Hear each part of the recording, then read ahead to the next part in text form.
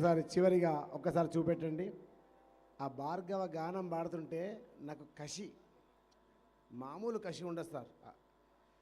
ఆ గొంతును ఏమైనా చేయాలని ఉంటుంది. అంటే వాస్తవాన్ని మనకు రానప్పుడు ఉంటుంది కదా. ఆయన నిజంగా లేవకుండా 100 పాటలు పాడిన పాట పాడకుండా ఆ తిరుమలేశ్వరుడు సేవలో ఈరోజు ఎందుకు వచ్చాడో తెలుసా? ఆ స్వామి ఇక్కడికి పంపించాడు. ఆయన ఆ పాటలో ఎంత అద్భుతం చూడండి. తనివి తీరా మనసు ఏడుకొండలవాడ వెంకటరమణ గోవిందా గోవిందా.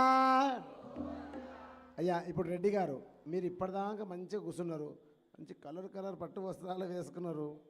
మరి మామూలు విషయం కాదు. ఇది తెలంగాణ రాష్ట్రము, మీరు ఆంధ్ర రాష్ట్రం నుంచి వచ్చారు, చాలా సంతోషం. మరి మీరు అమ్మాయి తరపువా అబ్బాయి తరపా? అమ్మాయి తరపా? Wow, super. ఒక్కసారి గట్టిగా చప్పట్లు కొట్టండి.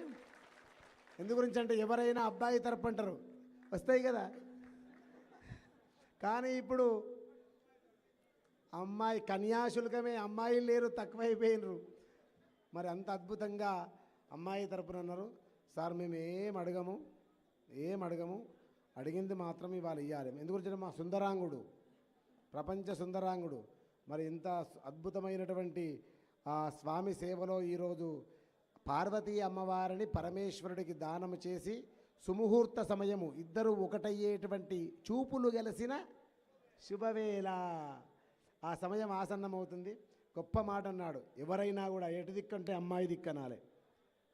ఈ ప్రపంచంలో ప్రతి కుటుంబము ఆనందంగా ఉంది అంటే, ఆనందంగా ఉన్న నిలయము అంటే అది గుడిసెలో ఉన్నా సరే, బంగ్లలో ఉన్నా సరే, భవనంలో ఉన్నా సరే, అపర కుబేర స్థానంలో ఉన్నా సరే, ఆ ఇంటి ఇల్లాలు నవ్వుతూ ఉన్నంత వరకే, నాతో సహా ఎవరైనా ఇల్లు ఆనందంగా ఉందంటే ఇంటి ఇల్లాలు. అందుకే మాతృమూర్తులు సాక్షాత్తు అమ్మవారి ఎంత శక్తి సంపన్నురాలో, ఇంటి ఇల్లాలు అంత శక్తి సంపన్నురాలు. ఇంట్లో భార్యను గనక కోపంగా తిట్టి, భార్య గనక ఏడిచి చుక్కలు నీళ్లు కింద పడ్డాయా, అవి ఎవరో చప్పటకూడదు.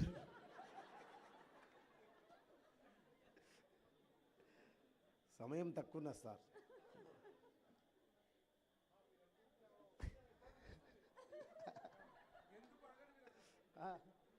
నేను అడుగులే. చుక్కలు పడ్డాయా, ఆ భర్తకు కష్టము స్టార్ట్ అవుతుంది. భర్తకు కష్టము స్టార్ట్ అయిందంటే మళ్ళీ బాధ ఎవరికి? భార్యకే.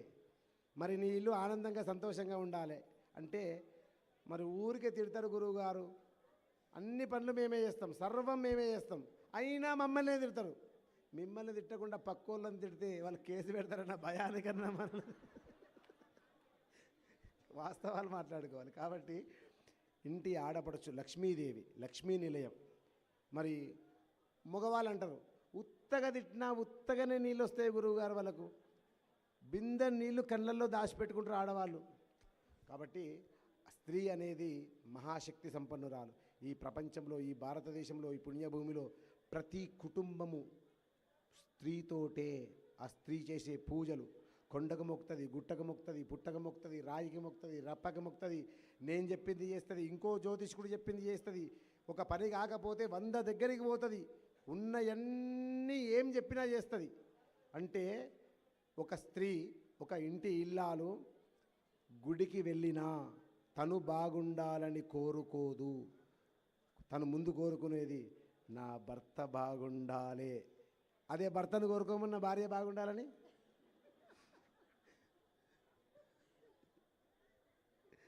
వాస్తవాలు మాట్లాడుకోవాలి.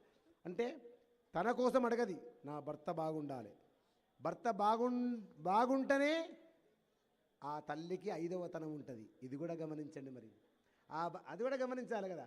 భర్త ఆరోగ్యంగా ఉంటేనే కుంకుమ బొట్టు, మంగళసూత్రము, కాళ్ళక మట్టలు, మెడలో పువ్వులు, మంచి బొట్టు, కింద బొట్టు, కాటిక,